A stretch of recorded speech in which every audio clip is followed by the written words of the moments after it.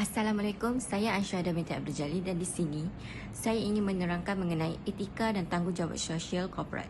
Secara definisinya, etika dalam Islam bermaksud akhlak yang merujuk pada nilai atau prinsip moral yang berdasarkan Al-Quran dan hadis.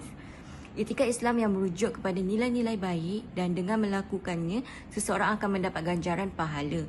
Selain itu, ia juga dapat ditarifkan sebagai ilmu pengetahuan yang mengajarkan mana baik dan mana yang buruk berdasarkan ajaran Allah dan Rasulnya.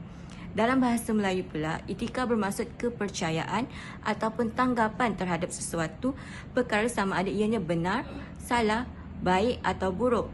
Ia juga melibatkan tanggungjawab dan tingkah laku seseorang atau profesion terhadap masyarakat. Manakala dalam bahasa Inggeris, etika bermaksud akhlak, tata susila, kesusilaan dan etika. Manakala ethics bermaksud prinsip akhlak, ketatasusilaan dan ilmu etika. Menurut kamus lain, etik bermaksud sistem moral dan peraturan tingkah laku utama yang bermaksud sistem prinsip akhlak, peraturan-peraturan perilaku dan juga dalam maksudnya sains yang menumpukan perhatian kepada akhlak. Bagi tanggungjawab sosial korporat atau dikenali sebagai CSR mempunyai takrifan yang berbeza-beza pada sudut pandangan dan tafsiran yang digunakan. Konsep CSR boleh dikesan daripada istilah Yunani kuno phronesis yang bermaksud akal baik. Bagi pendapat ahli falsafah Aristotle pernah berhujah bahawa ia dapat mengembangkan tanggungjawab sosial dengan menggunakan sumber dan kebolehan mereka untuk memberi manfaat kepada masyarakat. Adalah dipercayai juga bahawa tanggungjawab setiap orang termasuk kerajaan dapat menunjukkan accountability individu dan kumpulan sebahagian daripada tugas sosial. Dengan itu, apabila sesebuah syarikat menjalankan aktiviti perniagaan mesti mencuba untuk mengoptimalkan faedah dan meminimalkan kesan negatif untuk meningkatkan imej perniagaan tersebut. Istilah CSR juga dapat menggambarkan komitmen perniagaan untuk menyumbang kepada pertumbuhan ekonomi yang mampan dan meningkatkan kualiti hidup pekerja, keluarga, komuniti dan masyarakat. Assalamualaikum, nama saya Nur Asman Nadira binti Abdul Manaf. Nombor metrik A191170. Okey, etika perniagaan dan tanggungjawab sosial korporat dalam Islam memiliki landasan dalam ajaran Islam.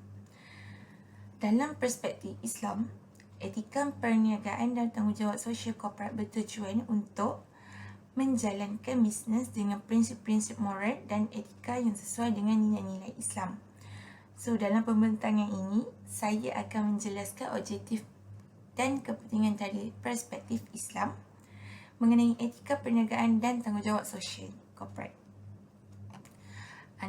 Antara salah satu objektif etika perniagaan dalam Islam ialah yang pertama, mencari keredaan. Dalam perniagaan yang dilakukan, kenalah ada niat ikhlas untuk mencari redha Allah, menjadi ibadah yang mendatangkan keberkahan dan pahala Allah. Tujuan utama etika perniagaan dalam Islam adalah mencari keredaan Allah dalam setiap aktiviti bisnes.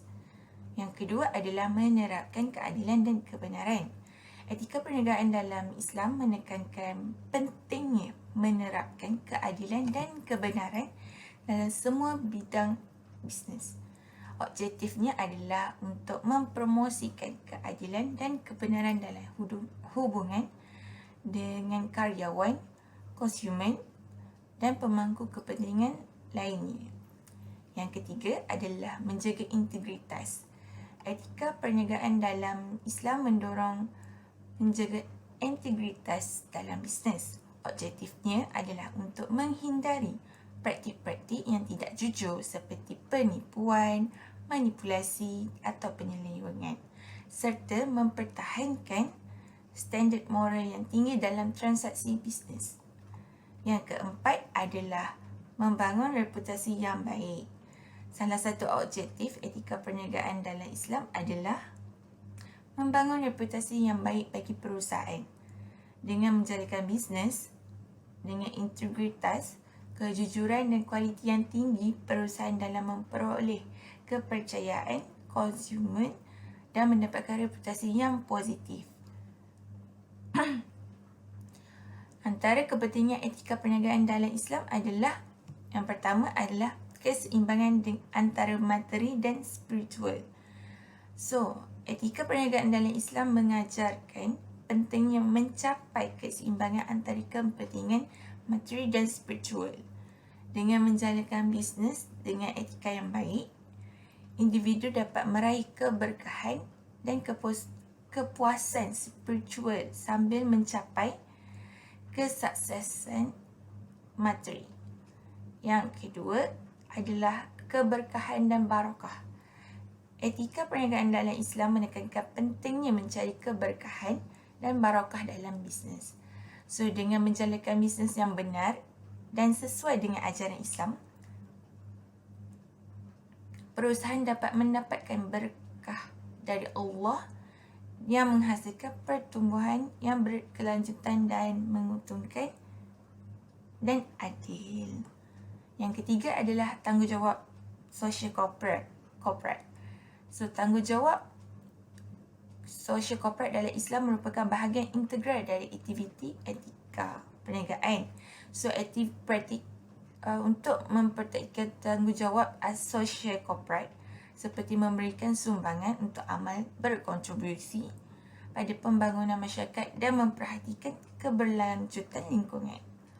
Memperlihatkan komitmen perusahaan terhadap kesejahteraan umum dan keadilan sosial.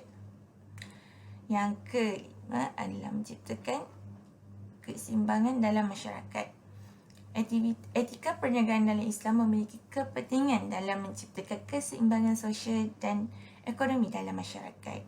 Dengan mempraktikkan etika perniagaan yang benar, yang betul, perusahaan dapat membantu mengurangi jurang sosial ekonomi dan membangun masyarakat yang lebih adil dan harmonis. Assalamualaikum, nama saya Ella Binti Nur Azam. Pada topik kali ini, saya akan membincangkan tentang isu semasa yang berkaitan dengan etika perniagaan dan tanggungjawab sosial korporat dalam Islam.